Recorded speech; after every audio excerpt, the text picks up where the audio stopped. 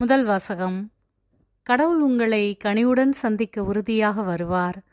இந்த நாட்டிலிருந்து அவர் உங்களை அழைத்துச் செல்வார். தொடக்க நூலிலிருந்து வாசகம். அதிகாரம் 49, இறை திருவசனங்கள் 29 முதல் 32 முடிய, மற்றும் அதிகாரம் 50, இறை திருவசனங்கள் 15 முதல் 26 முடிய. அந்நாள்களில் யாக்கோபு தம் புதல்வர்களுக்கு கட்டளையிட்டு கூறியது: இதோ, நான் என் இனத்தவரோடு சேர்க்கப்பட இருக்கிறேன். என்னை என் தந்தையருடன் இத்தியனான எப்ரோனின் நிலத்திலுள்ள குகையில் அடக்கம் செய்யுங்கள். அது கானான் நாட்டில் மம்ரே பகுதிக்கு அருகிலுள்ள மக்பேலாவின் நிலத்தில் அமைந்துள்ளது. ஆபிரகாம் இத்தியனான எப்ரோனிடமிருந்து அந்த நிலத்தை கல்லறை நிலத்திற்கென விலைக்கு வாங்கினார். அங்கே ஆபிரகாமையும் அவர் மனைவி சாராவையும் அடக்கம் செய்தனர். அங்கு ஈசாக்கையும் அவர் மனைவி ரெபேக்காவையும் அடக்கம் செய்தனர். அங்கேதான் நானும் லேயாவை அடக்கம் செய்துள்ளேன். அந்நிலமும் அக்கல்லறையும் இத்தியரிடமிருந்து விலைக்கு வாங்க பெற்றவை. யாக்கோபு தம் புதல்வர்களுக்கு கட்டளைகளை வழங்கி முடித்தபின் தம் கால்களை படுக்கையினுள் மடக்கி கொண்டு உயிர் நீத்து தம் இனத்தாருடன் சேர்த்து கொள்ளப்பட்டார். அப்பொழுது யோசேப்பின் சகோதரர் தங்கள் தந்தை இறந்துவிட்டதைக் கண்டு, யோசேப்பு நாம் அவருக்கு செய்த அனைத்து தீமைகளையும் கருதி இப்பொழுது நம்மை வெறுத்து உறுதியாக பழி வாங்குவார் என்று எண்ணினர். எனவே அவர்கள் யோசேப்புக்கு இவ்வாறு செய்தி அனுப்பினர்: உன் தந்தை இறப்பதற்கு முன் உன் சகோதரர் உனக்கு தீங்கிழைத்ததன் மூலம் உண்டான குற்றப்பழியையும் பாவத்தையும் மன்னித்துவிடு என்று யோசேப்புக்கு சொல்லுங்கள் என்று எங்களுக்கு கட்டளையிட்டார்.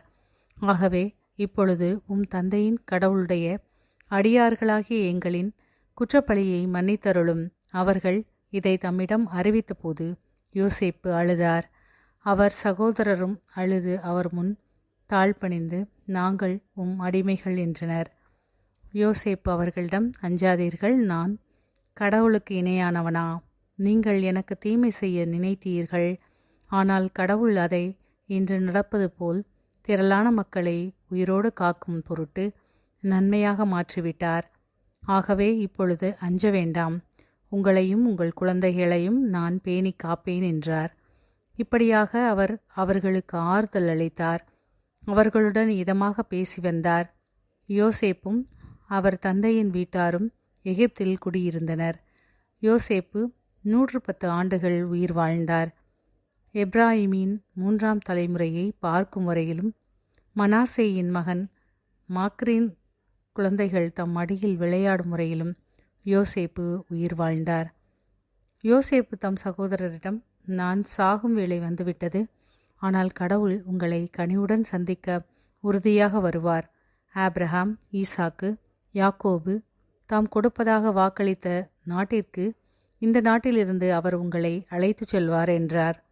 மீண்டும் யோசேப்பு, கடவுள் உங்களை கனிவுடன் சந்திக்க உறுதியாக வருவார். அப்பொழுது நீங்கள் என் எலும்புகளை இங்கிருந்து எடுத்துச் செல்லுங்கள் என்று சொல்லி இஸ்ரேல் புதல்வரிடமிருந்து உறுதிமொழி பெற்று கொண்டார். யோசேப்பு தம் 110ஆம் வயதில் இறந்தார். ஆண்டவரின் அருள்வாக்கு. இறைவனுக்கு நன்றி.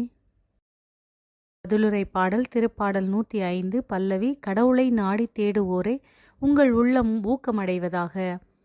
கடவுளை நாடி தேடுவோரே உங்கள் உள்ளம் ஊக்கமடைவதாக. ஆண்டவருக்கு நன்றி செலுத்துங்கள், அவர் தம் பெயரைச் சொல்லி வழிபடுங்கள். அவர் தம் செயல்களை மக்கள் இனங்கள் அறியச் செய்யுங்கள். அவருக்கு பாடல் பாடுங்கள், அவரை புகழ்ந்தேத்துங்கள். அவர் தம் வியத்தகு செயல்கள் அனைத்தையும் எடுத்துரையுங்கள். கடவுளை நாடி தேடுவோரே உங்கள் உள்ளம் ஊக்கமடைவதாக. அவர் தம் திருப்பெயரை மாட்சிப்படுத்துங்கள். ஆண்டவரை தேடுவோரின் இதயம் மக்களிப்பதாக. ஆண்டவரையும் அவரது ஆற்றலையும் தேடுங்கள். அவரது திருமுகத்தை இடையராது நாடுங்கள். கடவுளை நாடி தேடுவோரே உங்கள் உள்ளம் ஊக்கமடைவதாக. அவரின் ஊழியராம் ஆபிரகாமின் வழிமரபே. அவர் தெரிந்து கொண்ட யாக்கோபின் பிள்ளைகளே. அவரே நம் கடவுளாகிய ஆண்டவர். அவரின் நீதி தீர்ப்புகள் உலகம் அனைத்திற்கும் உரியன. கடவுளை நாடி தேடுவோரை உங்கள் உள்ளம் ஊக்கமடைவதாக. நற்செய்தி வாசகம். உடலை மட்டும் கொல்பவர்களுக்கு அஞ்ச வேண்டாம். மத்தேயு எழுதிய தூய நற்செய்தியிலிருந்து வாசகம். அதிகாரம் 10, இறைத்திருவசனங்கள் 24 முதல் 33 முடிய. அக்காலத்தில் இயேசு தம் சீடர்களை நோக்கி கூறியது: சீடர் குருவை விட பெரியவர் அல்ல, பணியாளரும் தன் தலைவரை விட பெரியவர் அல்ல.